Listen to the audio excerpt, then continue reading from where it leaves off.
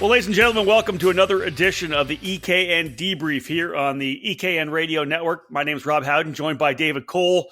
Episode 59, Tuesday, November the 5th, into the 11th month of the 2019 campaign. And the focus today, the 2019 Rock Cup USA Rock the Rio event from the Rio All-Suite Hotel and Casino in Las Vegas, Nevada.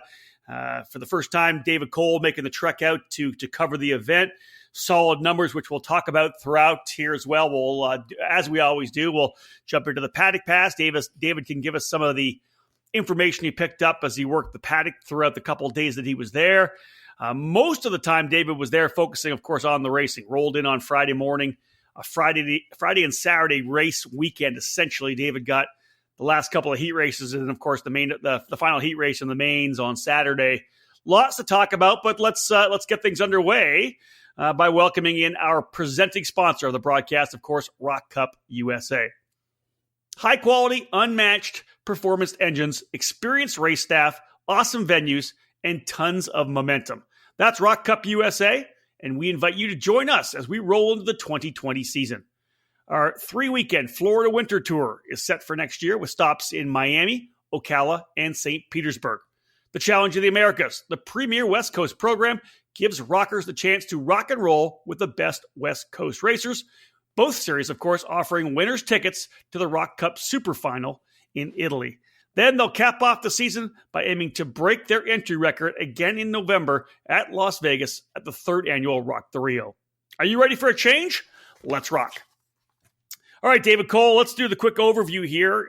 Halloween, of course, Thursday night, so that kind of limited the amount of time you were going to be able to spend trackside. You did Halloween with the kids on Thursday. Super early flight Friday morning to roll into Las Vegas for heat races. And then, of course, capping things off with an exciting Saturday. It was like a 72-hour vacation, but work mixed in with it.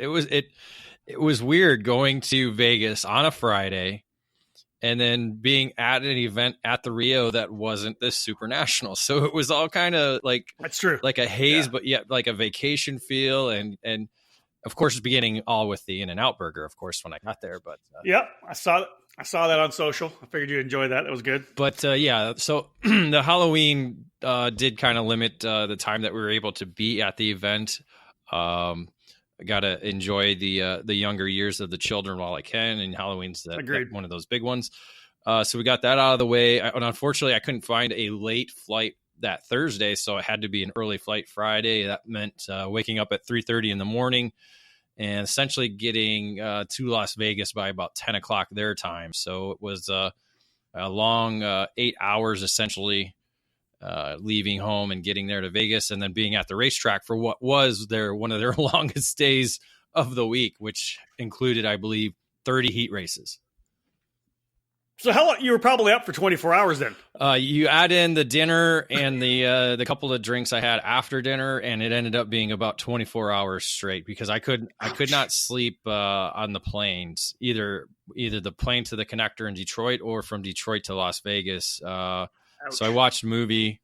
I just wasn't very comfortable in the seat that I got because we booked it a little bit late and didn't quite get the exit row, the favorable exit row that allows for some sleeping. But yeah, it made for a long day, but it was a really good day. It was probably one of their warmer days that they had up to that point.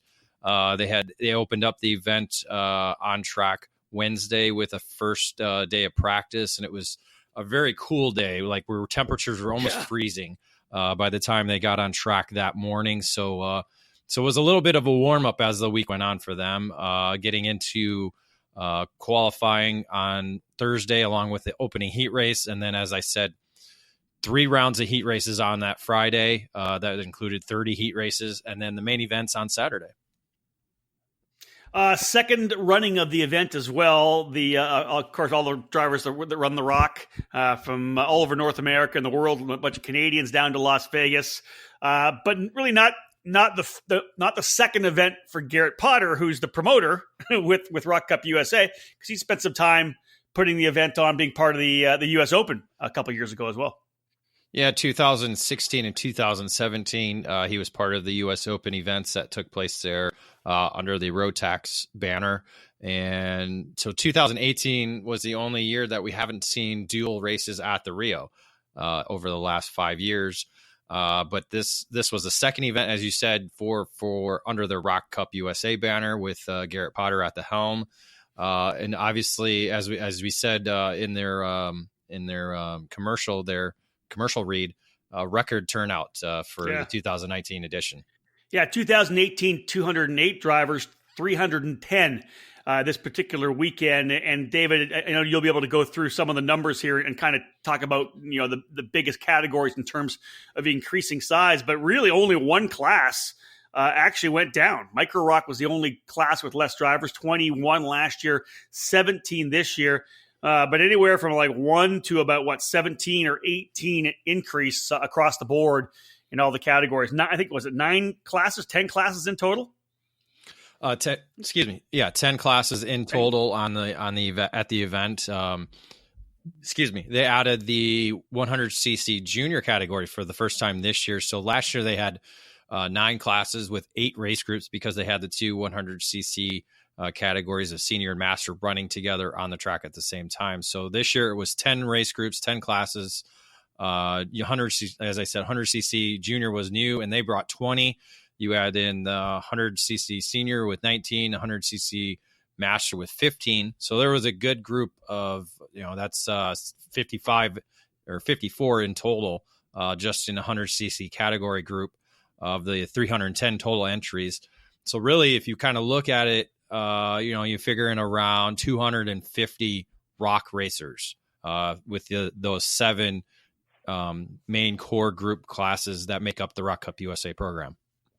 Yeah, what will you get in later on, or you can do it now? Actually, what did we have in terms of the 100cc categories, in terms of the VLR Rock and the K100? Were there a number of VLRs this time around? The junior category was mostly the VLR engines. Okay.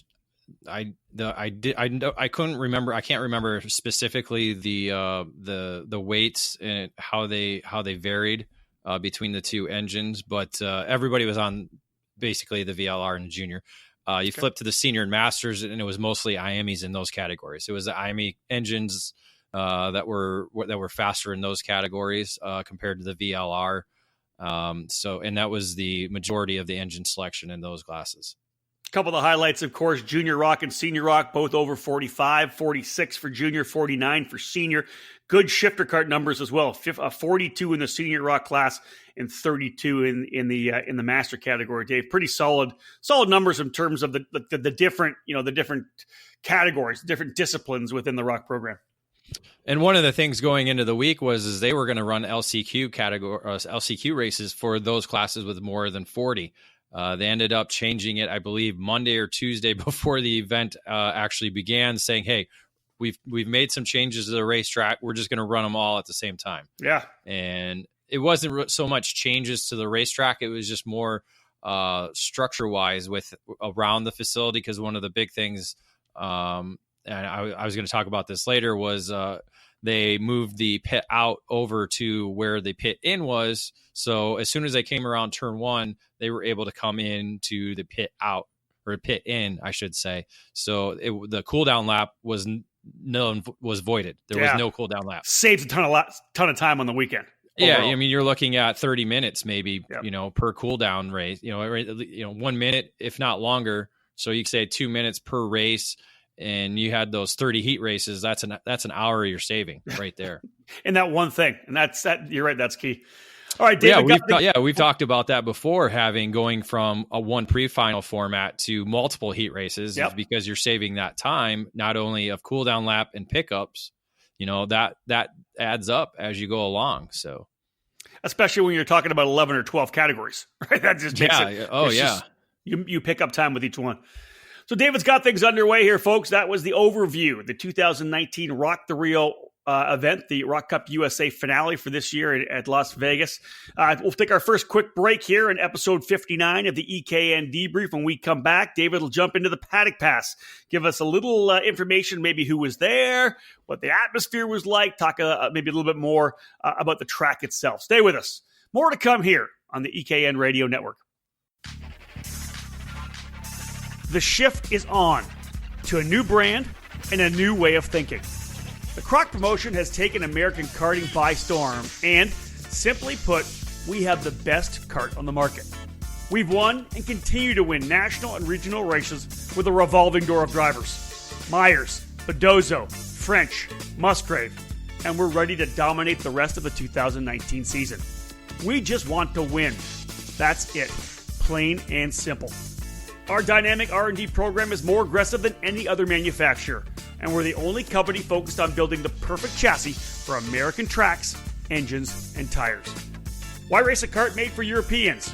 We're testing prototypes for American racing. We're breaking the mold. Croc Promotion is all about supporting dedicated and talented young drivers and winning races. That's Croc Promotion USA. That's Mad Old Nut Racing. We just want to win, plain and simple. No BS. Let us spend our time and money developing the chassis so that you can win.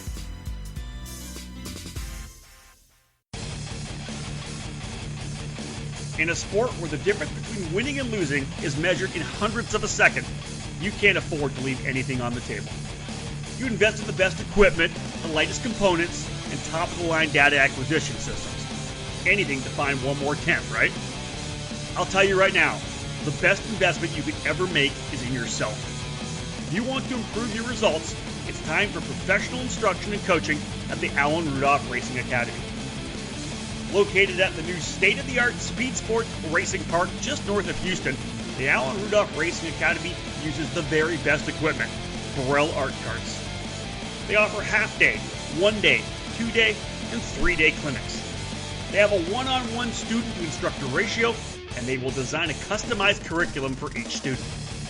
Alan Rudolph is one of the most respected people in the sport, and he has nearly 20 years' experience training drivers, including Chase Elliott, Neil Alberico, Austin Versteeg, and Sabre Cook, and rising stars like Pietro Fittipaldi. Train with a champion with almost 30 years of racing experience to get proven results. Start off your season with a driver tune-up. Tune up your season with some driver coaching. Or get ready for the big races by training with the best. Reserve your dates now by calling 866-607-RACE. That's 866-607-7223. For more information, visit speedsportsracingpark.com/racing-academy.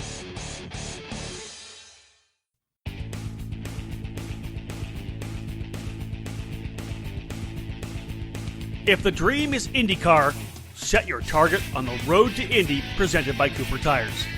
Our ladder system is designed to take drivers through 3 rungs of competition. The first step is the Cooper Tires USF 2000 Championship, which features a carbon tub Tatis chassis, 180 horsepower, and paddle shift sequential gearbox. Boost the USF 2000's output to 280 horsepower for the newly named Indy Pro 2000 program, the second rung of the road to Indy, formerly known as Pro Mazda. Add in increased grip and aero downforce, and the Tatis PM18 becomes an incredible racing machine. The final step before IndyCar is the Indy Lights Championship presented by Cooper Tires. The Dallara IL-15 boasts a whopping 450 horsepower. This car itself has helped train a third of the grid expected for the 2019 IndyCar Series. At all 3 levels, you race at premier venues on the same dance card as IndyCar. Showcase your skills under the watchful eyes of IndyCar scouts and owners. The program is unprecedented around the world, offering the opportunity to climb the ladder with over $2 million in scholarships to the champions in USF 2000, Indy Pro 2000, and Indy Lights. Former karters fill the roster of Road to Indy graduates in IndyCar like Spencer Piggott, Zach Veach, Jack Harvey, Ed Jones, Matthias Laced, Felix Rosenquist, Colton Herta, and 2018 Indy Lights champion Pato O'Ward.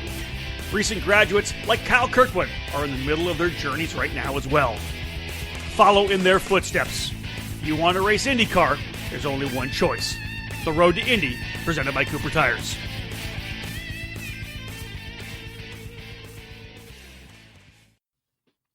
Welcome back to the EKN Debrief. David Cole, since you're doing the heavy lifting here today, I'll just quarterback it here as we work our way through. Jumping into the Paddock Pass right now, brought to you by Stilo USA. As a world leader in personal racing safety products, Simpson Performance Products is now the official North American distributor for Stilo helmets. In addition to their popular auto racing helmets, Stilo is excited to have made their move into karting. Stilo has two helmets designed and manufactured specifically for karting: the ST5 CMR 2016 for kids and the ST5 Kart Snell K 2015 adult karting helmet. For more information, check them out online at www.simpsonperformanceproducts.com/Stilo or by following them on social media at Stilo USA. All right, David Cole, obviously one of the hot topics. Anytime you have a street circuit event, a temporary circuit event, people want to talk about the racetrack.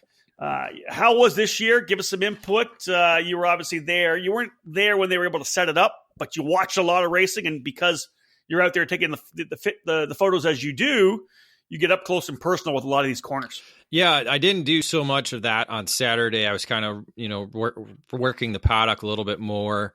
And it was really on Saturday or Friday is when I was doing it. Saturday is when I was able to get on racetrack and take some photos and really get a firsthand aspect of what the racetrack was.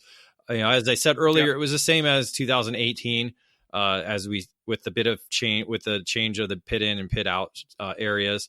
One of the things they do is they do the podiums right after every main event. So right when they came into the pit in, they had another little turn to go over to the podium area where the top three drivers were able to drive their karts right there, lay the helmets down on the mini racks, and then they put the podiums up behind them. So that was a really cool aspect of watching that. I know we're starting to see that more and more now with some of the events we go to, but it's very cool to see. But looking at the track overall, it's a temp circuit, so of course there's going to be likes and dislikes. I really like the opening sector of the racetrack leading on to the long back straight. I didn't really like the kink so much. We saw a couple major accidents there on Saturday. One of them being in the shifter kart category, where Cooper Becklin made contact, got sideways, and then once the kart gets in the middle of the racetrack, there's nowhere else to go at a temp circuit. Yeah, I saw some video on that. That was pretty sketchy. And so I think, again, they have to work with what the pavement gives them, and so there's certain areas of the parking lot that are unusable. So that kind of dictates that kink area there, and then you basically have 3 180, essentially 180 degree corners. The first one is at the end of the long back straight, and for the shifters, it's basically almost going from 90 miles an hour to 20 miles an hour. So it was really cool to kind of watch them go from sixth to first in the matter of seconds. Overall, it definitely plenty of passing opportunities. Obviously, with the pushback bumper, you're going to have guys running the defensive line no matter where you go, and so when you have that, right to left to right scenarios, you're going to have a lot of guys running the defensive line and running the inside. It's just kind of the way it is. They did have some curbing down, but really the curbs were kind of there just to keep the carts off the barriers that are labeled or moved onto the inside to mark off the racetrack. They're kind of the bolt down curbs where it's not poured concrete. It's just they're bolted down into the pavement, and that kind of eliminates the opportunities for drivers such as Danny Formal or that to do some curb jumping. So I like how you bring him into it immediately. Well, he is he's the Travis Pastrana of curbs, right? That's it. So, that's funny. So they're kind of just there to mark the racetrack, not like other curbs that we've seen at other temporary events. So, I think overall it's a fairly good layout, challenging at times, because you have the 180s are not exactly the easiest, especially on a temporary circuit where the pavement's not exactly smooth. Coming onto the straightaway, actually, the main straight. There was a very big dip in going into the apex, so it made for some good bouncing video material there. But and really it was unique to not see a lot of rubber getting laid down, because I know that's one thing we typically see. We start seeing the black line here. It wasn't so much defined. And it maybe has to do with the Bridgestone tires that the Rock Cup USA uses. It's because it's not as soft as other tires that we are typically accustomed to. So it's kind of that in between. It's kind of like a medium compound. You mentioned obviously the incident with Cooper Becklin. What was the racecraft like overall? I watched some of it. They're watched some of the live timing. Seems like there was a couple of red flags on Saturday that kind of extended the day a little bit. Overall, what were your thoughts on the racecraft? I think racecraft overall was typically good. Again, you make contact with the barrier, you get a cart stuck out in the middle of the racetrack, you got nowhere to go, and you're collected. That was kind of the scenario in the red flags that we saw. So they had to kind of cut down a couple laps off some of the Heat 4 round of racing. In order to save time, because they didn't have lights. They were scheduled to be done by 5. And as we know in Las Vegas, it starts to get a little bit darker around 5 o'clock. And so the heat races were going on, and we ended up not finishing until 6 o'clock that night. And the last race of the day was the shifter carts, or the shifter rock. And it was pretty cool to see them racing with, you had the parking lot lights, but no additional lights surrounding the track. And got, if clear visors, you had no issues. Dark visors, maybe a little bit of an issue, but you could still see fairly well because the sun was still out. It was just behind the Rio, as we're accustomed to. Well, and again, I was going to kind of throw out the SCUSA Supernats, and we usually have that sunset break. It's around 3:40 or something like that, maybe a little later. But that's still 4 weeks down the line, right? Yeah, essentially almost 4 full weeks down the line, 3 weeks down the line from this race. So the sun's still holding itself up a little bit longer. 6 o'clock, probably right on the edge. But that's it's not so low to where it's blinding drivers. Okay. Yep. Just the way the sun is positioned and the way the racetrack is laid out, there really isn't an area that you're blinded by the light. So. So there's no really issues with that. And again, if they wouldn't have had those red flags, they probably would have been done probably about 5:30, because they had a couple other issues that kind of pushed things around. So overall wise, still to get 30 races done in one day and be done by 6 o'clock is still pretty good. Let's talk atmosphere. What was the vibe in the paddock when you were there? Let's talk about who was in attendance. I saw that Rubens Barrichello was racing. Just give me the overall vibe. Yeah, like I said, for me, it kind of just felt like I was on vacation getting into the racetrack. Like I felt like I was a spectator at first. And I'm like, oh yeah, I still have to work. So Friday morning, it kind of, it felt good being there. Again, it felt surreal, kind of like you're on a dream, but you're still seeing all the same people you're used to seeing at the racetrack, no matter where you go. So it wasn't strange in that aspect, but they had music pumping all weekend long. So a lot of music was sitting in my head all day long, and the beats just going on and on and on. So it was good there. Again, even though you have 30 heat races, there was still plenty of time between sessions. So there wasn't that rush factor of guys running around. So the majority of the paddock seemed very relaxed and chill, enjoying the time in Vegas. Obviously, anytime you're in Vegas, the sun's out, it's a good time. So roaming around the paddock Friday, got to see who was there. Of course, through the results, you could see that Rubens Barrichello was there. The former Formula One driver and IndyCar driver was racing the shifter rock there for the first time. Did not race there last year, and was racing alongside his son Eduardo, who was racing in senior rock. So they kind of had a father-son weekend there for those two. And of course, with the Vortex and the OTK kart group, President Roberto Robazzi was there in attendance, watching over everything, along with, I saw Marco Artigo and a number of other European drivers there as well, too. Yeah, I always know that Las Vegas has that bit of a draw. People want to come to the event. Of course, the Vortex program, the whole OTK kart group being such a big part of the program. Good to see some of the major players there. David, one of the things that you dropped out, which I thought was interesting on our social media, was they had a bunch of schedules as part of some of the signs you had going out to the racetrack.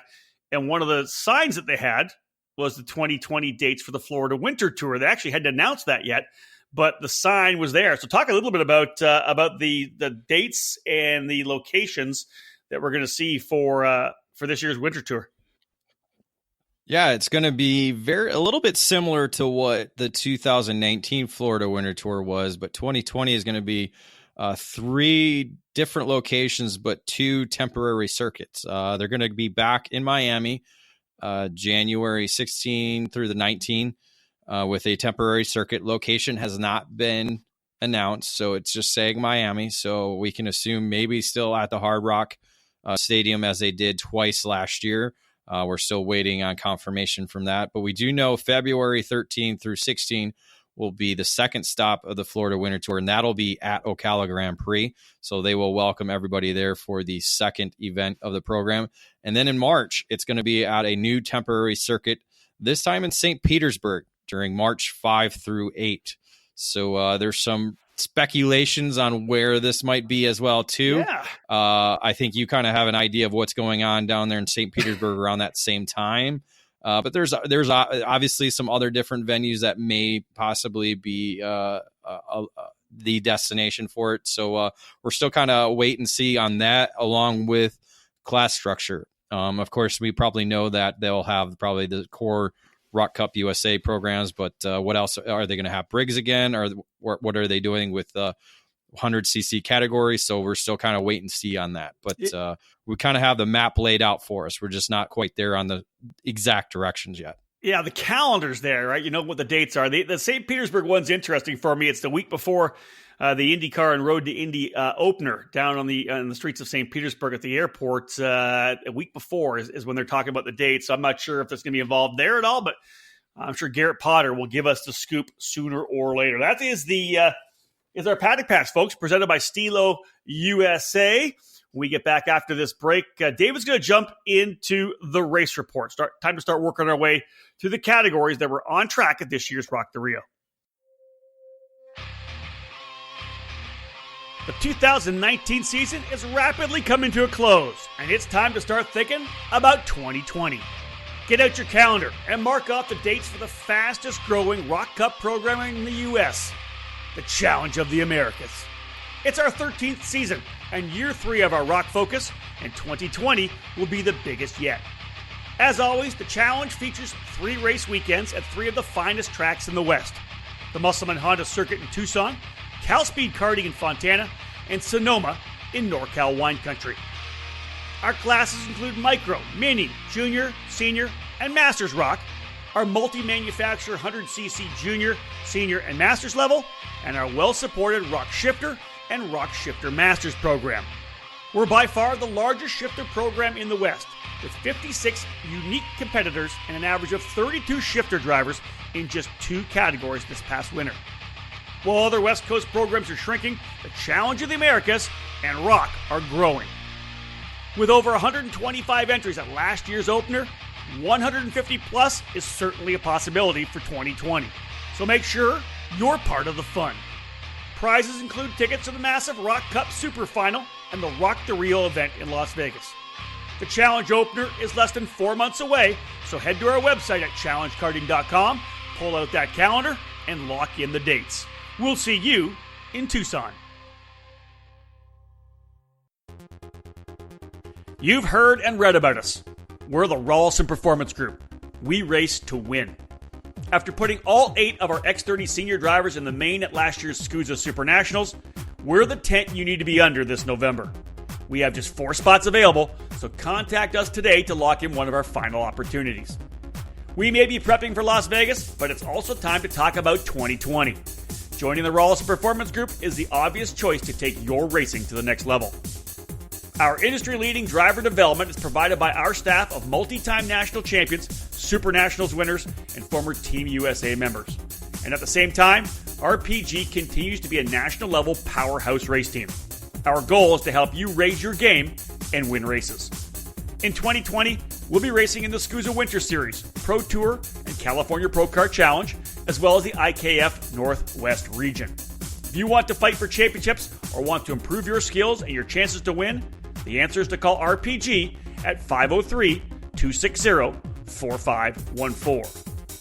We do have different levels of programs available for the ICAF Sprint Grand Nationals at Pat's Acres on the September 20, 21, 22 weekend. So if you want to get a head start on 2020, come up and join us and take your shot at winning a Duffy, one of the most prestigious trophies in the sport.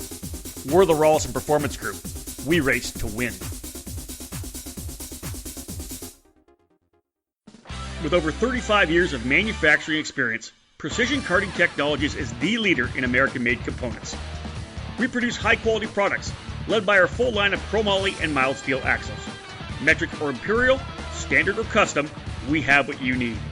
Collars, keys, bearings, we're the source for axle components in the USA. We're not just axles either. At PKT, we can manufacture motor mounts, hubs, brake rotors, and even GoPro mounts. We're also the choice for axle and chassis straightening. We've designed a dedicated table for the sole purpose of straightening and laser aligning your chassis. If needed, we have the capability to cut, replace, and weld portions of your chassis as well. Big crash bent your frame? Send it to us.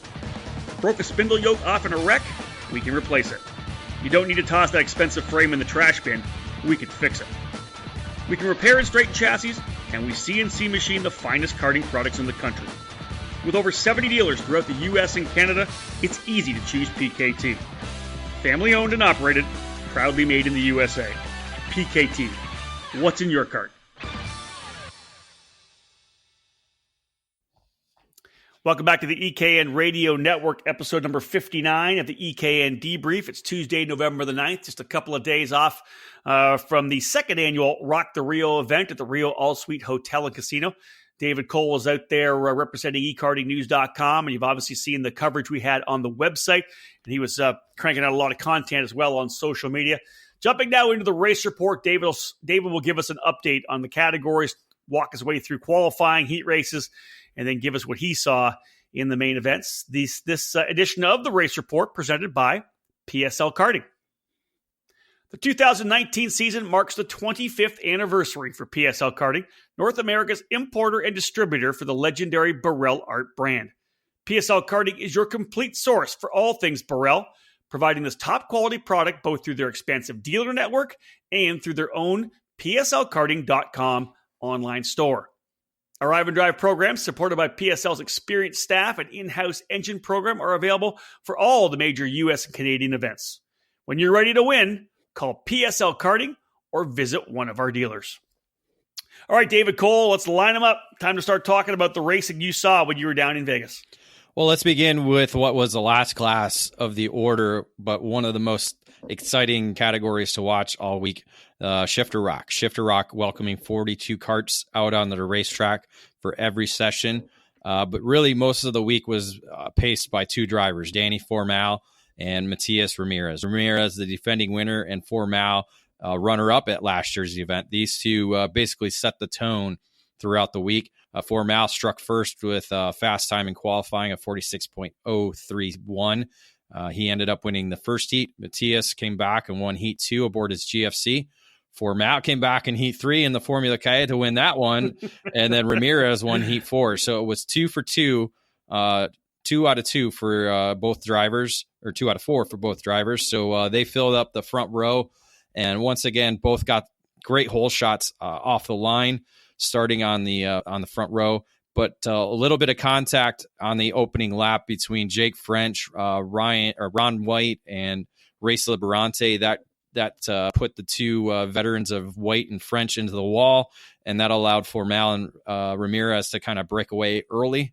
Ramirez had actually a pretty good lead in the opening laps until a little bit of a mistake on lap 5 helped bring Formal back into the mix, and the two fought basically each lap for the remainder of the race.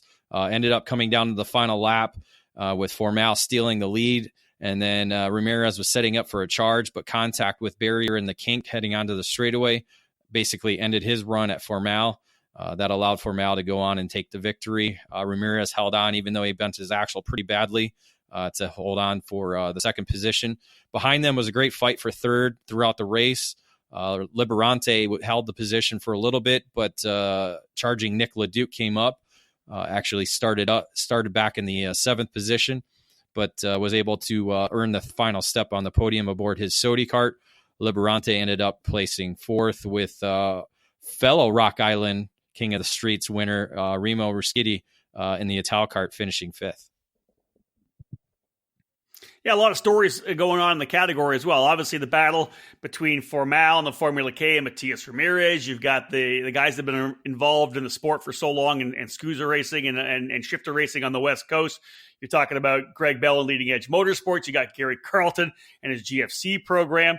And then you throw in, as you said, you talk about Remo Ruscitti coming in. That's that new program they've got going, right? Catalyst driver development for Remo and Stefan Rudzinski and Scott Hargrove. So imagine a lot of storylines, not just on the racetrack, but in the paddock as well with teams. But it sounded like everybody was fighting tooth and nail for every spot. A lot of contact from what you're saying. Not necessarily contact, just hard racing. Aggressive? Nothing. Right. Yeah, aggressive driving. But Kyle Wick was a little bit more aggressive than the others. He actually crossed the line in the fifth position aboard his Rollison Performance Group Tony kart. But a 5-spot position penalty for a driving infraction dropped him down to 10th. So, so the Scusa Pro Tour champion was in there. Formal, a former 2-time Supernats winner. Ramirez, Florida Winter Tour champion. LeDuc, obviously a fast driver on the streets of Lancaster. Pro Tour winner.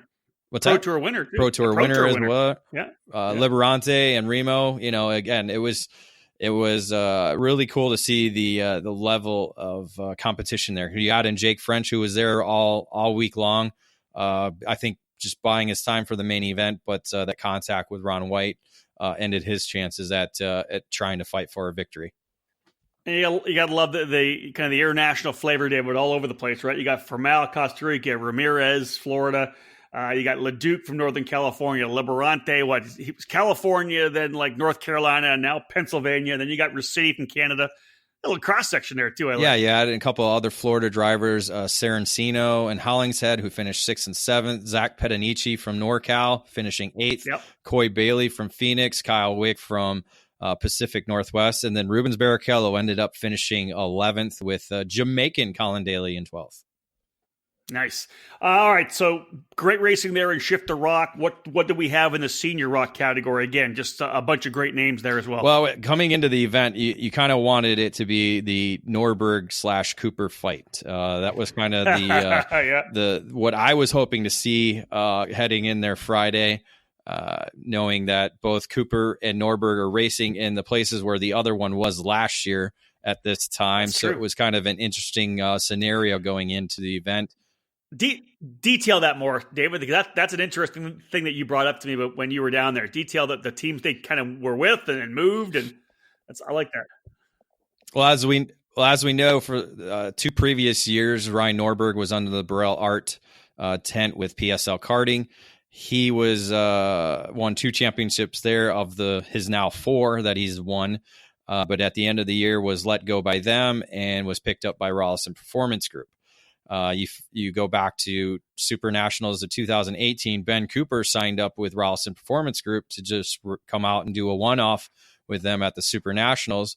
Ben Cooper actually won the Super Nationals with Rollison Performance Group, and weeks ago signed with PSL Karting and Burrell Art to race both this event and the Super Nationals. So the two have kind of flip-flopped, gone and passed, flip-flopped and passed. And of course, we know Ben Cooper being a 3-time road tax world champion, originally from Great Britain, now living in Canada. So kind of has that dual citizenship, still has the British flag on the helmet, but resides in Canada now with him and his family. So it was an interesting, it was the fight we wanted to see. But really, Cooper made it not a fight through the qualifying and the heat races, as he was pretty dominant early on, setting fast time in qualifying and then winning the first 3 heat races. Wow. Where was Norberg still in the fight there? Or was he? So Norberg was still it. Basically, Norberg just could not get good starts. Was not good early on and would fall back, but was able to maintain obviously top 10 positions and ended up starting the main event in the 5th spot. Cooper didn't go perfect though through the heat races, as Thomas Naveau was able to get through as his fellow Canadian took the final heat race. But Cooper still ended up earning the pole position for the main event. And you'll like this. The top 3 starters are all from Canada when you count Cooper, Zachary Clayman DeMello, and Thomas Naveau. I saw that Zachary Clayman DeMello was out there running. That's obviously a very talented karter for sure. Spent some time in Indy Lights, and then, of course, ran in the NTT IndyCar Series as well. Back to the roots, having some fun in karting. Let's talk about the main event itself. In looking at your notes and following some of the live timing, it sounded like Ryan Norberg finally got things together in the main event. Yeah, things certainly came together for him. We saw Cooper jump out to the lead early on, but Norberg was the driver on the charge, coming up from, I said, that 5th position, and was able to run down Cooper and take over the lead and establish a pretty good lead as Cooper kind of came under attack for the 2nd spot and really fell back to 4th. As Norberg kind of ran away. But lap traffic ended up playing a big part in this race. Some drivers got together in one of the 180-degree corners and got going just as the leaders were coming through. Norberg was not able to kind of negotiate them, and the officials were not black flagging him off the racetrack, which is something we saw in all the other categories, except they were not able to do it for some reason in this class. Oh, really? And Norberg basically got the short end of the stick as these lappers, and in all honesty, it falls on them too, because if you wreck in a race and you've been sitting dead for at least 10 seconds, you got to start looking around, making sure the leaders aren't coming around to lap you. And that's one of the things that these guys did not do. So Norberg had a little bit of issues getting around some of these lappers, and that allowed Naveau to close up really quickly on him. And it ended up coming full steam on lap 19 when Naveau was there on his bumper, made an attempt on him at turn 11, basically drove over Norberg's right side. You could see the tire marks that Naveau's kart left all over his side pod. The two kept going, got through the last corner onto the main straight, and the two started making a little bit more contact side by side down the straightaway. That continued on into turn 1, and then as they went through turn 1, basically they wrecked each other. So, all right. So that ended both their chances at the victory. This now moved Diego Ramos, the Brazilian, up into the lead, as he was now getting challenged by Jacob Gulick and Ben Cooper. So these three basically paced the way for the final few laps.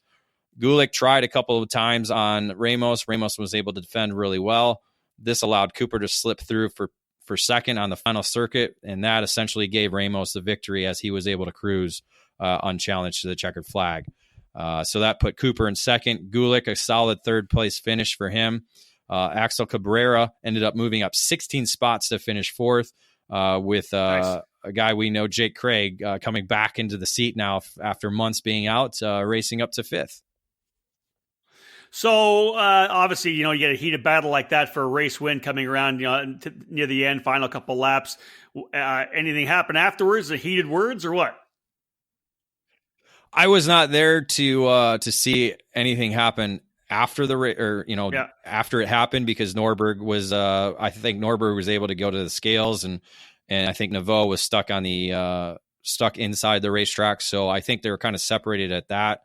I wasn't sure anything happened in the paddock. I did see Coy from PSL and Mike Rollison from Rollison Performance Group having a little chat there during the podium ceremonies. So, just obviously talking about the scenario and things that happened. So it'll probably, I think this will be something that may carry over. Hope or may? I don't know. I don't hope it. No, I don't. Again, the contact Naveau made was not smart. It wasn't a smart move. It was a ill attempt at a pass, ran over Norberg, and then Norberg just had enough of it and was like, "You're trying to take me out on the straightaway." And I think they just finally had enough of each other type scenario. I'd like to see some video of that. Would I ever like to see that? It would have been great. Yeah, I was just not in the right position. I saw the contact, but as they went away from me down the front straightaway, so that's all I could see was from the back view, and was unable to see. That was one of the things about the racetrack. There isn't exactly a position on the racetrack that you can see everything the way it is laid out. even in the VIP area that they had that was elevated. Some of the tents that were for tech blocked turns 2 and 3, so you that's where you couldn't even see through there. Okay. But yeah, if there was one thing to fix, that would be it. You kind of need that one position to be able to see everything. But the way the track's laid out, it's very hard to do that.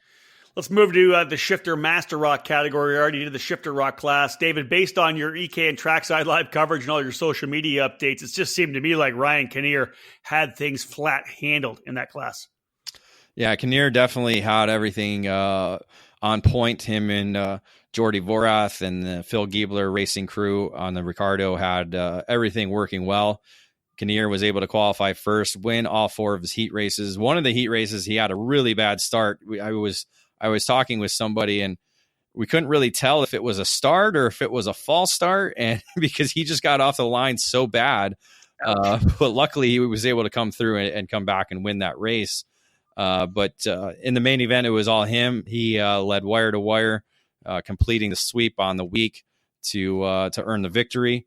His lead challenger all week long was Jordan Musser. Musser was right there throughout the event, basically P2 throughout all the heat races, and was running second. But really, it was but in the end, Mike Beeney making his first start at Rock the Rio, typically tuning for Hannah Greenemeyer, got back behind the wheel and was able to charge his way up from starting 8th to finish second, taking that runner-up position from Musser. Nice job for Beeney. Well done. So Musser ended up 3rd, Rod Clenard 4th, and Kevin Woods rounding out the top 5. Congratulations to Ryan Kinnear, though, to be able to go in and beat that lineup, because you're talking about a pretty stout lineup for those top 5 drivers and a good field overall in the Masters Rock category. Dave, there was 33 drivers in the field. Yeah, I was joking around watching the practice on Wednesday here from home. You have Kinnear, Musser, Ryan Yap, Mike Beeney. These were all guys who, Ben Schermerhorn, Travis Irving. These are all guys who used to race ICC at Stars of Karting back in, like, say 2006, 2007. So they've made their way to the elder age group, and but they still got to race the guys like Robert Marks and Bonner Moulton and some of these really fast old guys. So it's interesting to see how everything unfolds. And yeah, 33 drivers, definitely an increase from last year. And I think we'll see more and more Masters drivers joining the race next year. Well, 33 drivers in Masters Shifter Rock, 33 drivers in the Master Rock, the single speed category as well. You throw the names out here, guys that we've been talking about over the last however many years. One of them in particular, many, many years, being Billy Cleveland. But Renato Jader-David, Vache Tatikian, Eric Jackson, Eric Molinari, Scott Falcone, Rob Kozakowski. A lot of guys that we've been talking about for the last number of years, David, in Masters Rock. And based on, obviously, your coverage and the notes, Billy Cleveland get out of the gate. But Jader-David, Renato, always very strong. Yeah, there was a lot of excuse me. It was the Brazilian that was really showing the way throughout the week. He was, even though he didn't qualify on pole, was able to jump out and win the first 3 heat races. But things started to amp up once we got to heat number 4, and guys started getting a little aggressive, including fellow Brazilian Danilo Ramila. He was able to come through and score the victory in heat number 4, so that kind of helped move him up. But Renato was still able to secure the pole position. But the 2 Brazilians started on the front row, and I'm not sure if these guys have a past history or not. But essentially, these guys raced each other really hard in the early laps, and eventually led to them making contact in lap 11, and that shuffled everything up. Not to mention the opening circuit, which was almost a complete disaster, as we saw basically Team USA taking each other out in the opening corner. Cleveland, Tim Meyer, and Paul Bonilla, all veterans of the sport, starting 4th, 5th, and 6th. Got through turn 1 fine, but as they went through turn 2, some contact happened between them. They pushed off all into the outside of the barriers, which kind of shrunk the track a little bit. And then about midway through the pack, somebody got sideways, and that essentially blocked the racetrack. and you got guys starting 30th that are just coming in and smashing into everybody stopped on the racetrack. So I think there's about 5 to 8 carts that were just stuck right there for at least 30 seconds before they were able to clear the racetrack. But back to the race up front, as I said, Renato and Ramilo made a lot of contact, took both of each other out of the lead. This moved Magno Gia, and never seen him or heard of his name before, but he was another Brazilian that was there racing. He was able to take the lead with Scott Falcone moving up to second. Now, Falcone's was an interesting story as he kind of struggled throughout the week. Was able to qualify second, but got in, just continued to fall back and back and back, and ended up starting the main event in 14th. But he was able to race he did the double entry program where he paid for his entry in senior. So he actually made some changes for the senior main event, went out and raced it.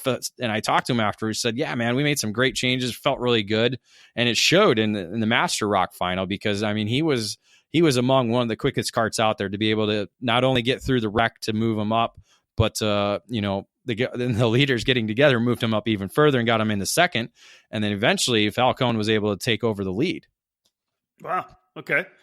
How's it all finish up? Well, as I said, it was kind of a cluster with a K, as contact seemed to be the scenario throughout the race. So Falcone and Magno were racing for the lead heading into the final lap. They go back and forth throughout the final lap. They're coming into turn 11, and the two make contact. Both get sent out into the wall. At the same time, Vache Tatikian had moved himself up into third because of the continuing racing between Renato Jader David and Ramilo. They wreck going into turn 11. So we have 4 carts now in the top 5 wrecked in turn 11. This allows Vache Tatikian to just slide through, take the lead, and lead the final lap, or basically the final corner, to score the victory. It's hard to explain it because you had to see it to believe it, really, to be honest. Yeah. Turn 11 was the place you wanted to watch. Thankfully, they had a good standing platform where everybody could watch in that section where a lot of the mechanics would stand. So they got to see it all firsthand.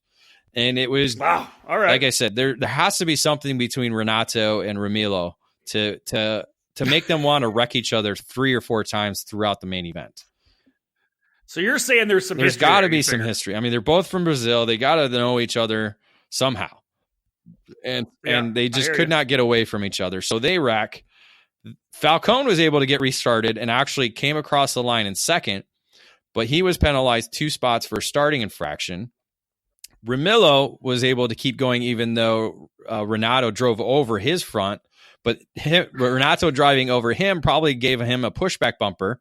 So he was penalized. That dropped him from 3rd to 10th.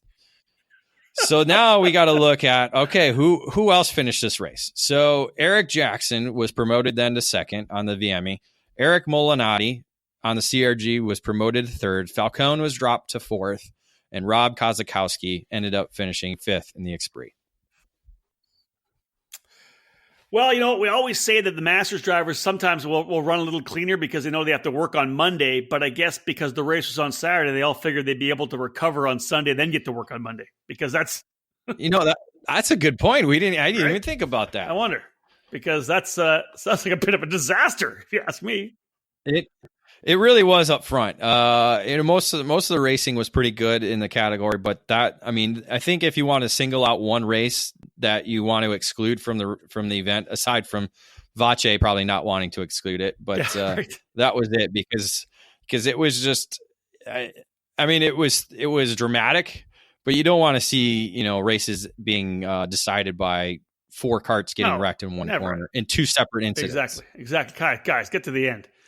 Okay, so we did a couple of Masters categories. We did the big pro senior classes. Let's cap off this particular section before we go to our next break, David, with the junior rock class. Again, we talked about how great of numbers we had in junior rock. 46 drivers in total. Give us kind of a breakdown of who was quick. It seems to me by your notes there were some drivers coming in from the international competition, Brazil, whatever it may be. Because there's a couple names we know from American racing. There's a couple names of guys we don't get to see a lot of either. Well, will you give me $5 if I can say this name right? Because Guillermo? I think just Guillermo, I would say. Guillermo? Figueiredo. There we go. All right, good. So, so yes, he began the event as the top qualifier and won the opening heat race. But we knew we were going to see some U.S. drivers up there. Luca Mars was going to be one of them. He ended up scoring the victory in heat number 2, but Figueiredo. See, I got to write it like I want to say it. That would That's make it. it Phonetically. Good call. So he was able to come back and win heat 3 and heat 4. But after heat 4, he was removed from the event or from the results following tech when they reviewed his CCs on the engine. So that dropped that win away from him and moved Connor Zillage into the win on that. So he was basically marked to be on the pole position, but that disqualification dropped him down to 13th on the grid and moved Luca Mars and Enrico De Luca into the front row. The front row drivers were able to get away. De Luca was the leader of majority of the races. Mars kind of settled in on his rear bumper as the two Americans kind of just pulled away from the rest of the group. Their race ended up on the final circuit, going back and forth, with De Luca able to edge out Mars at the checkered flag in a photo finish, the only one we had in the main events, 0.04 of a second separating the two, with De Luca earning the victory. Connor Zillage started in the 3rd position, but fell back early on and was able to fight his way back into that spot to close out the podium. Alessandro De Trillo ended up 4th with Figueiredo up to 5th after starting 13th. So a good drive back. I was going to say, so started 13th after that last heat race. Good for him to be able to get back up there. That's nice. All right, folks, let's go to our break. We've got a couple more breaks in. David's still got to give us the update on 100cc Senior, 100cc Junior, 100cc Masters, Mini Rock, and Micro Rock. Then we'll wrap things all up with the Constructors' Championship breakdown, and we'll have a look at the EKN Trackside Live race calendar. For now, what will essentially be one more race here in 2019, and then we'll start talking about what we're doing at the start of next year. Stick with us, folks. More to come here from the EKN Debrief, the Rock the Rio review on the EKN Radio Network. Hey everyone, this is Chris Wheeler from Bell Helmets. Bell Racing USA is now the official helmet of Supercarts USA. You can find our newest line of products such as the Carbon KC7 CMR, the only carbon fiber belt helmet approved with a CMR rating in the entire world during the 2019 season by visiting PSL Karting on site at all SCUSA events. Check us out online, www.bellracing.com, or on social media by following @BellRacingHQ. The 2019 season has been an exciting year for Rock Cup USA, and the schedule is set to close out its biggest event on the calendar, Rock the Rio. Rockers will converge on the Rio All Suites Hotel and Casino in Las Vegas to celebrate Halloween week, competing at this premier international event on October 28th to November 2nd, all around a challenging temporary circuit with the Las Vegas Strip in the background. Rock Cup USA programs are wrapping up their 2019 seasons across the country, including the Rockies in Colorado, Rock Sonoma, and California Rock Championships in California, and many other clubs across North America.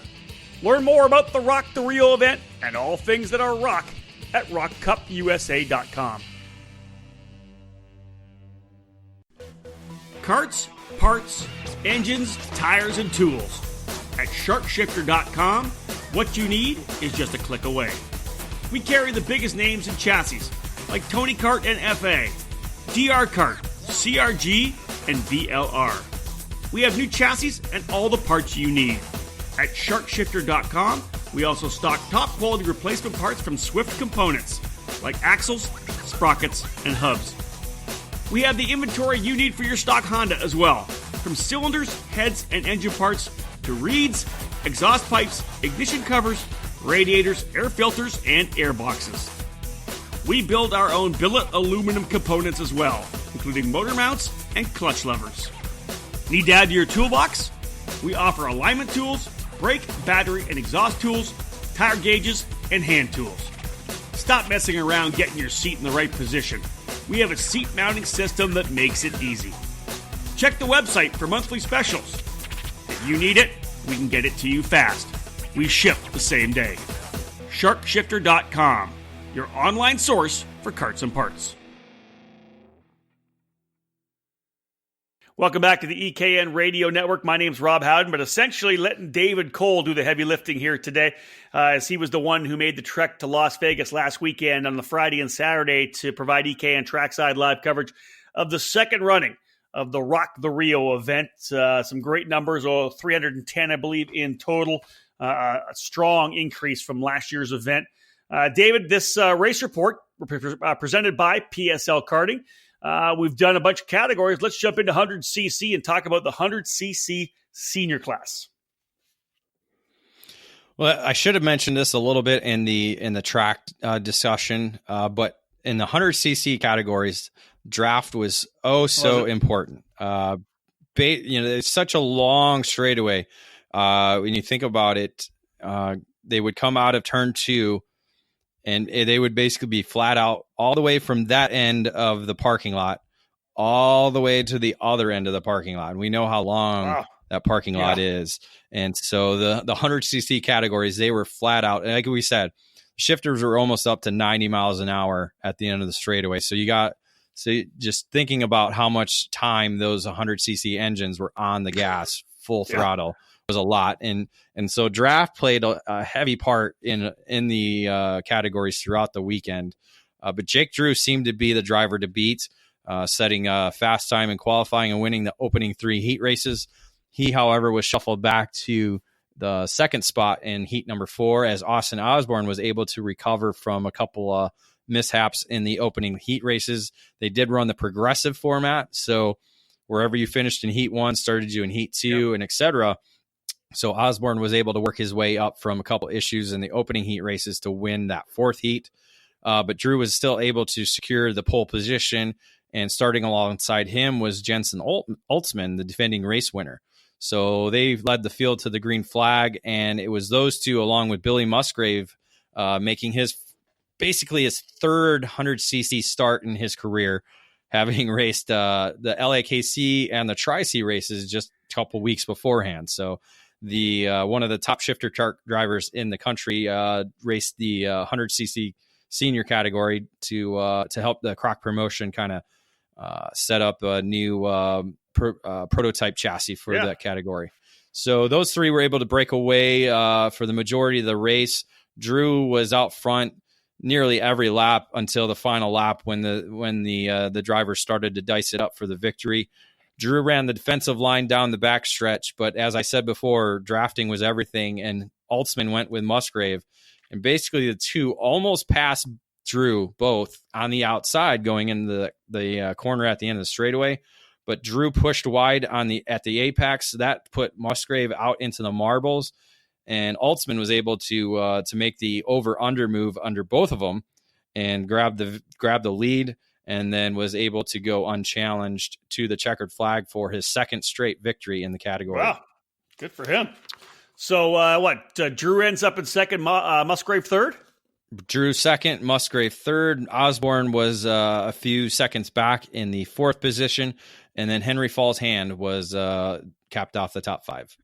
We talked about the fact that these categories, pretty solid numbers. The senior category having a 19 in total, a good baseline to move forward. David, 100cc, the junior class, actually new for 2019, as you had mentioned in the overview, 20 drivers in the junior category. Yes, 20 drivers in the category. I believe all but 2 or 3 on the VLR engine, as that was the engine of choice for the junior category drivers. It was a little bit of a mix-up throughout the week. Really, nobody really stood out as the driver to beat. Adam Maxwell was able to secure the fast time in qualifying, but he was only able to win 1 heat race, and that was heat 4 Jorge Ortiz won the opening heat race, and then Max Opolsky, who you saw at the Streets of Lancaster win twice there, both in KA 100 and in the X30 categories. He won the second heat race and third heat race. So it kind of shuffled things around when they added up all the points. So Ortiz and Opolsky were on the front row with Maxwell starting third. But in the main event, it was all Ortiz. Ortiz was able to jump out to the lead. And for some reason, nobody wanted to work together in that fight for second to be able to keep up with Ortiz. And even with the draft? Even with the draft. No, I'm talking like passing every corner. I mean, it was an aggressive fight for second. And Ortiz was like Christmas came early. And I think so. Basically just led the entire way, or almost the entire way. Oh, wow. After assuming the lead after a couple of laps in, and drove away to a solid victory ahead of Opolsky, who was able to secure the second spot.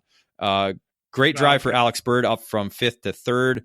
Chloe Chambers came from, 10th up into 4th. So she gained 6 spots in the main event.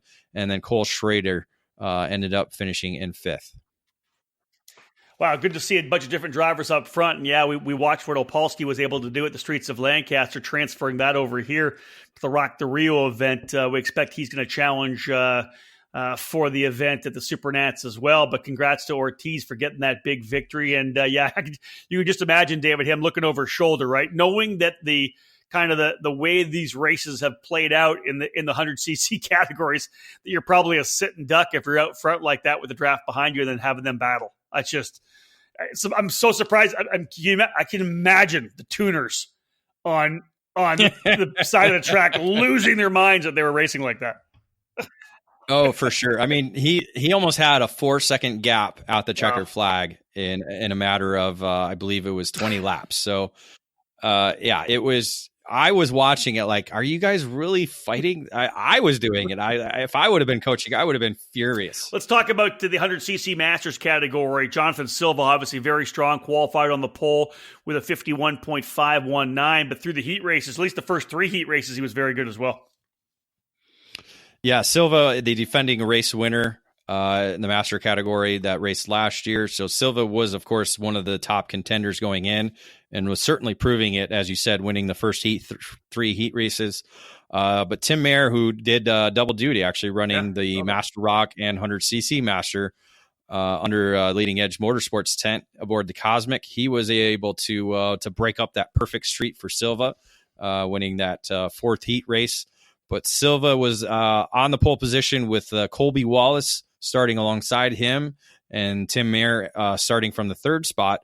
They were joined by Rob Kozakowski, another double-duty driver racing both Master category. So those 4 basically made up the lead group, and we were expecting to see Silva kind of break away, but he couldn't, as the other 3 kept pace with him. And so Silva was leading with Wallace running second. Meyer was third. And probably the move of the event had to be when Meyer made the jump from 3rd to 1st at the end of the straightaway, going both past Wallace and Silva before reaching the apex. It was a great late break move. It was almost Ron White-esque, where it was just, how deep can you go? And Meyer was able to hold it, get out of the corner, hold the lead, and then was able to fend off any other challenges that Wallace and Kozakowski had leading up to the checkered flag to earn the victory. I saw on social media, David, that Silva had a broken reed. I believe that probably mid-race kind of thing, or late race broken reed. Yeah, it seemed to be the engine just wasn't running the same as it was throughout the week. So that obviously played havoc to him in that main event. But he did end up finishing 4th behind Kozakowski with Ricardo Arruda. Again, good running, good numbers in the 100cc categories for Rock the Rio. Let's cap things off, David. A couple more classes still to go. Mini Rock and Micro Rock. Micro with some pretty good numbers this particular event as well. I think Micro, 35? I think 36 actually entries this particular season. Probably mini in the mini category. Yes, and mini. It seemed to me, and we were again. It's Saturday. I'm in Indianapolis. I was actually helping to perform the wedding for Gabby Chavez and his new wife. But we're watching social media as much as we could, right, to find out what you guys were doing out there. And I was able to watch most of this one here, and it seemed to me like a 2-driver battle come main event time. But let's start with qualifying before we talk about the kind of fight between Kai Sorensen and Caleb Gaffera. Yeah, Ricardo Iniella was setting the fast time in qualifying and won the opening heat race. But as you said, Kai Sorensen and Caleb Gaffar ended up being the top 2 contenders following that. Sorensen winning heat 2, and then Gaffar came on really late in the day, winning both heat 3 and heat 4 to wrap up Friday's events. So that put Gaffar on the front row, but it was actually Cameron Weinberg who was set to start second. But something happened with Cameron, and he was unable to make any laps in the main event. I'm not sure if there was something on the grid. I wasn't able to, because it was kind of back-to-back races. It was only the second main event, so we're kind of getting the flow of how everything was going with the podiums and leaving the grid and such forth. So I wasn't quite sure if something happened to Cameron in the warm-up or if something happened on grid. So that essentially gave Kai Sorensen, who started third, the clean run to Gaffar, and the two kind of locked up together and were able to drive away from the rest of the field. So we knew it was going to be a great duel leading up to the last lap, and it was.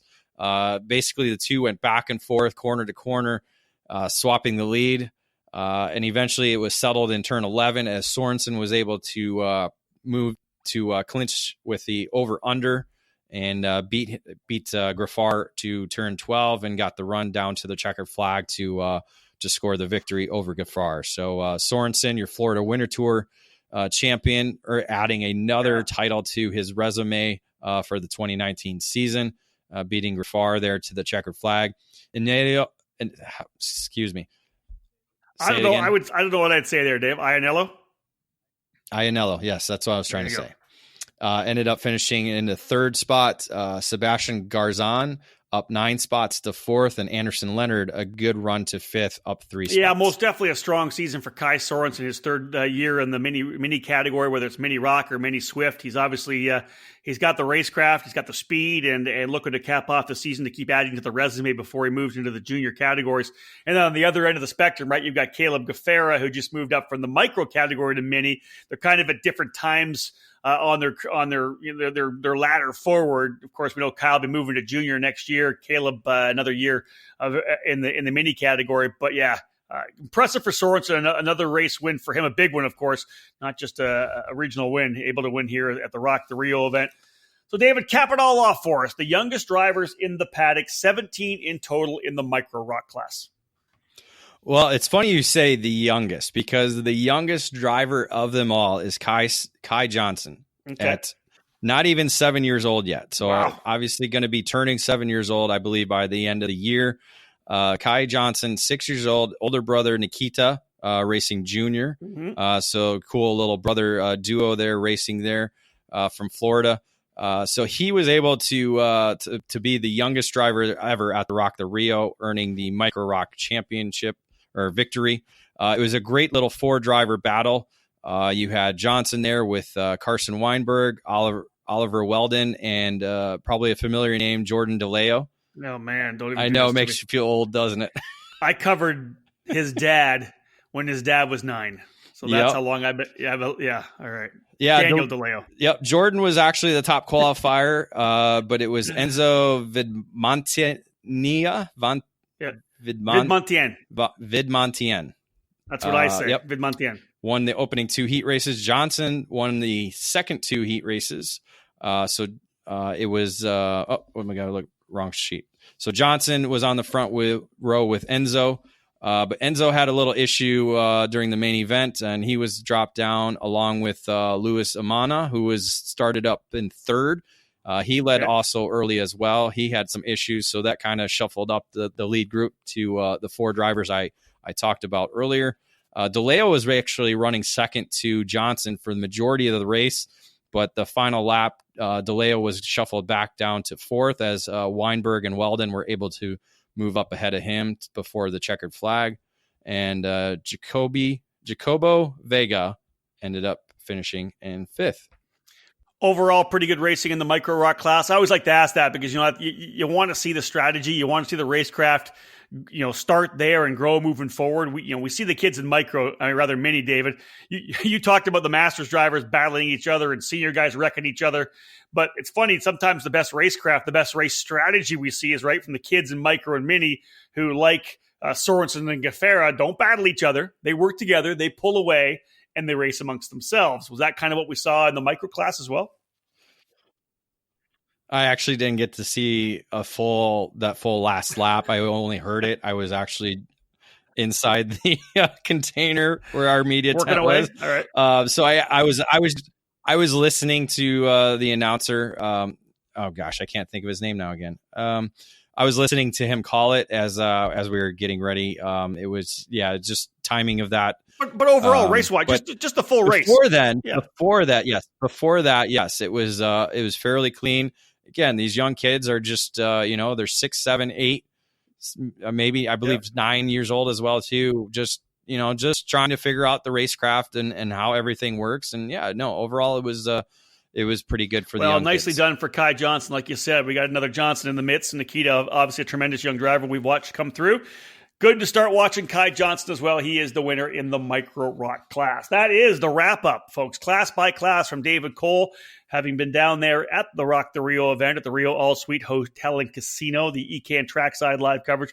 We'll be doing it again in a couple of weeks' time for the SCUSA Super Nationals. One more break, folks, and we'll cap things up. David will come back and do a breakdown of the Constructors' Championship. He'll let us know which chassis were able to find their way to the top of the box at this particular event in Las Vegas. Stick with us. More to come. We'll cap off the debrief after these messages.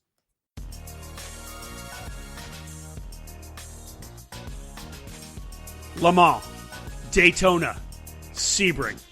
The most legendary endurance races in the world where man and machine pushed the limits of physics in an attempt to beat their competition and the clock. Are you ready to take on this challenge yourself? Well, the Simcraft 24 Hours of Orlando Karting event returns for 2020 with USAC Karting. Get out of the winter and into the Florida sun with a new date on February 1st and 2nd at the Orlando Kart Center. With the field already exploding after the 2019 event, there are less than 10 entry spots remaining. It's going to be an exciting event with factory and dealer-supported entries from DR Kart, CRG Kart, TV Kart, Praga, Margay, GP, Mac Minarelli, Tony Kart, and Cosmic. Don't miss your chance. To register a team, head to 24HRSofOrlando.com to find the rules and the event schedule. Once you're ready, you can save your spot with a $600 deposit to hold your place in the largest 24-hour karting event in North America.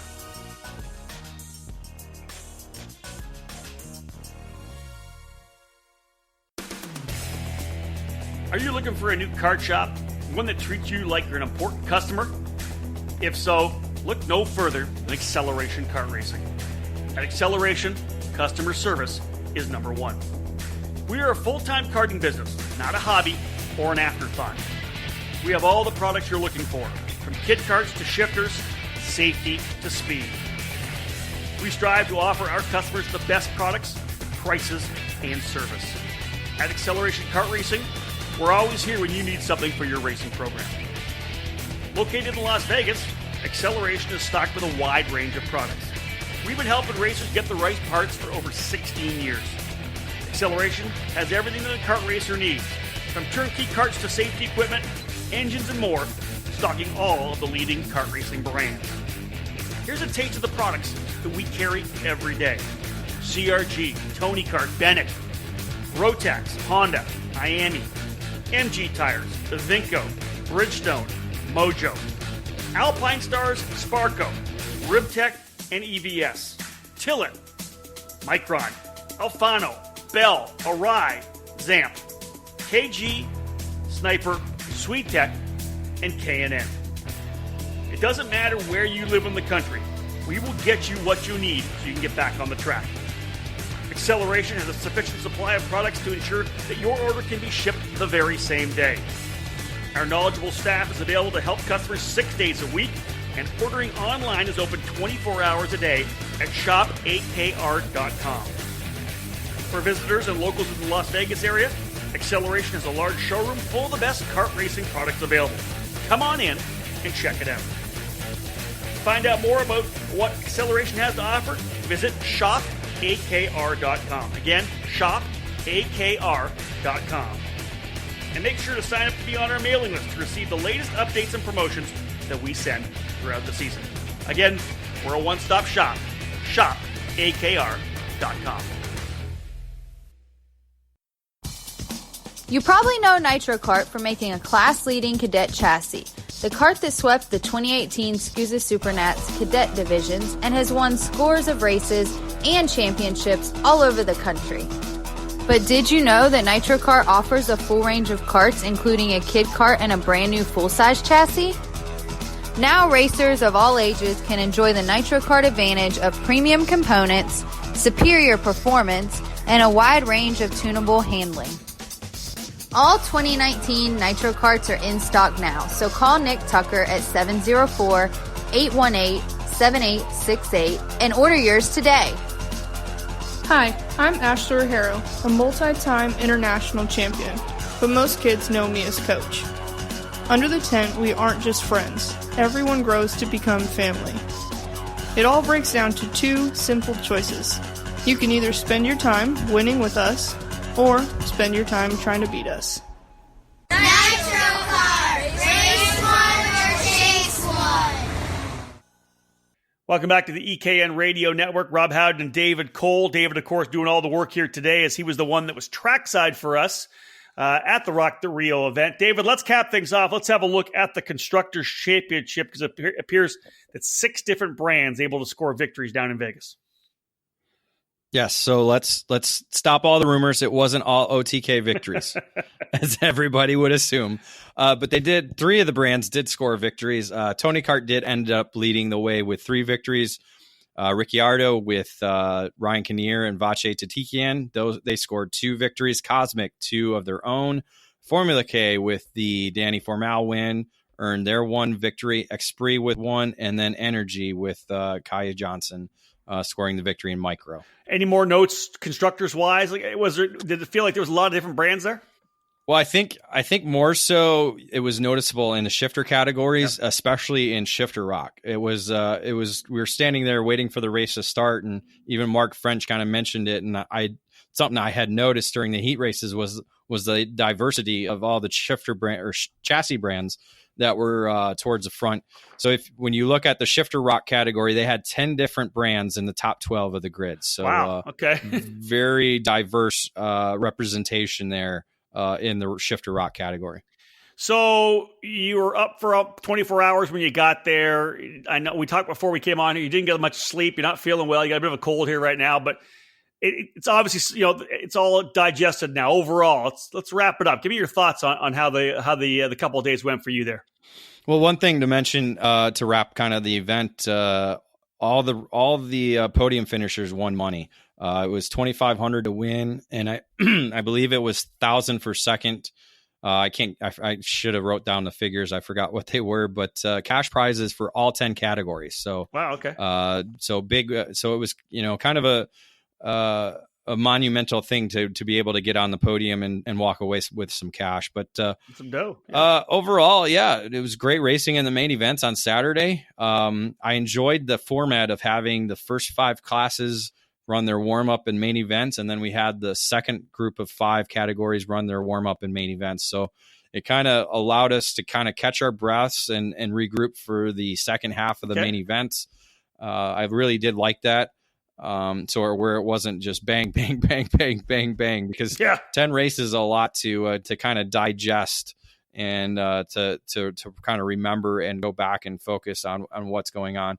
And it allows people to kind of leave early. I know certain temporary events or events we go to, nobody's allowed to leave, but those in the early morning sessions were able to get on the road and actually leave. I don't know why. You're in Vegas. It's like, hey, come on, let's go party Saturday. But Saturday night, come on. But, exactly. You took a drive home on Sunday. I mean, hey, if you live in Southern California, you're there by dinner time, maybe. So, true enough. True. So yeah, I liked that part of the event format. 4 heat races is a lot, but they were the crew did a great job of getting all 30 heat races done and not needing to bring in lights before the sun actually went down to get them all in, and only cut a few laps here and there, not too many. So that was good. And it's definitely with, as we talked about earlier with the numbers, almost 50% growth from 2018 to 2019 in terms of the event.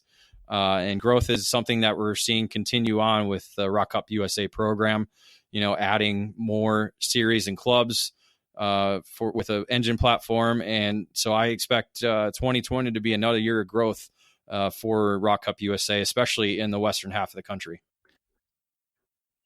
There you have it, folks. David Cole providing his review of this year's Rock the Rio event. And as we said from the top, and we talked about the Rock Cup USA being our presenting sponsor for this podcast. You got the Florida Winter Tour, 3 races in Florida. You got the Challenge of the Americas, 3 races as a winter program in January, February, and March. Challenge of the Americas on the West Coast. Definitely some opportunity to keep racing here when the snow falling in the northern half of this country. We're going to wrap things up here, folks. The EKN Trackside Live race calendar. We hit a lot of races this year, 24, 25 in total, and we'll give you an opportunity to kind of let you know where we're going to be over the next couple of months. This edition of the race calendar presented by Streeter Superstands. With decades of experience and an unbeatable reputation, Streeter Superstands leads the way in quality, innovation, and affordable lifts, stands, and an amazing selection of trailer and shop accessories to make you the envy at every event. From local club racers and regional warriors to the top pro tour teams, racers demand the best, and Streeter Superstands builds it. Roll with the best and shop online at StreeterSuperstands.com. All right, David Cole, one more EKN Trackside Live event this year. It's the November 20 to 24 SCUSA Super Nationals, number 23 in Las Vegas. They're going to be pushing 500 entries at the event. You'll have a couple of back-to-back weekends, like you said. It's the first time you've been down to that race, that venue, without it being a Super National, so you said a little surreal, a little different for you. But Super Nationals 23 coming around the corner. We're going to be rolling it out. You'll be doing previews. We'll be doing our live video debriefs on Facebook, more interviews, a lot of great stuff coming for that event. But Super Nats right around the corner. Yeah, we will have 10 previews coming up, covering the 12 categories that will be racing. Obviously, there'll be 10 race groups, so we're going to just do 10 race previews. Yep. We're going to also be, I don't think you mentioned this, we're going to add a couple of preview podcasts that we're going to play up on EKN Radio Network and then be available probably within a day or two, so you'll be able to listen before you get to, if maybe even on the plane as you're heading to Las Vegas. So we're going to have that ready to go for you before even the week begins in Las Vegas. So we'll have all that done, hopefully by the time the Super Nats week begins. Yeah, and then after that, of course, get ready because we'll have some editorial already planned and ready to go on the website, because David Cole and I will pretty much be doing our Super Nats debrief probably on the Tuesday after the event, Wednesday, Thursday, Friday, Saturday, Sunday. Don't call us, don't talk to us. we will be sleeping and eating turkey and just trying to recover, right, Dave? We need a couple of days watching off. football. Yes. Yeah, that's true. Yeah, Bears play Thursday, Thanksgiving. So we got to beat the Lions. That's true, they do. We got to beat the Lions this Sunday and Thanksgiving. That's the nemesis right there. And folks, again, we'll do it all over again for 2020. And again, a big thank you for Cooper Tire for being the title sponsor of our EKN Trackside Live Tour for 2019. We'll talk to Cooper again. I assume he'll be back on board again for 2020. We've got the SCUSA Winter Series, those two events in January and February. We've got the Challenge of the Americas in January, February, and March, kind of spread out, thankfully, this year. And then March, away we go. SCUSA, we got the Winter Nationals event just gets started. David's also got the USPKS, United States Pro Kart Series. So, David, we get a month, essentially. Christmas, New Year's, a month off, and away we go. Back at it. Just maybe the 3 weeks in December, and then we're off. That's true. All right, folks, we're done. David Cole just exhausted himself. I said he was sick coming in. We made him talk for about an hour and a half. We do appreciate it, David. Thank you very much. Good time out there. It didn't clear my sinuses. It didn't? You need some, go eat some horseradish or something like that. That'll take care of that. Horseradish? What, really? Have you ever had shrimp cocktail at Harry and Izzy's or the St. Elmo's Steakhouse? I have not, but I did recommend that to a friend who went to Indianapolis last week. You got to go. You got to go to St. Elmo's or Harry and Izzy's, same place essentially, but their shrimp cocktail will clear your nostrils for sure. Trust me on that one. Well, it is Taco Tuesday. Maybe I'll just go with tacos. But it's not going to. It doesn't get up to the nose. It'll burn the back of the mouth. You got trust me. This shrimp cocktail, it'll clear your sinuses. I guarantee it. Maybe we'll try it next year when you're down there for the SCUSA Summer Nats. We'll head over, and I know you're not a big, huge shrimp guy, but if you were to eat it, I would love to see you do it because it would make me laugh. It's challenge, awesome. Right? Accepted? Challenge accepted? Well, I said challenge. I don't know about accepted. We'll think about it. You pussy. Come on, do it. Folks, we're done.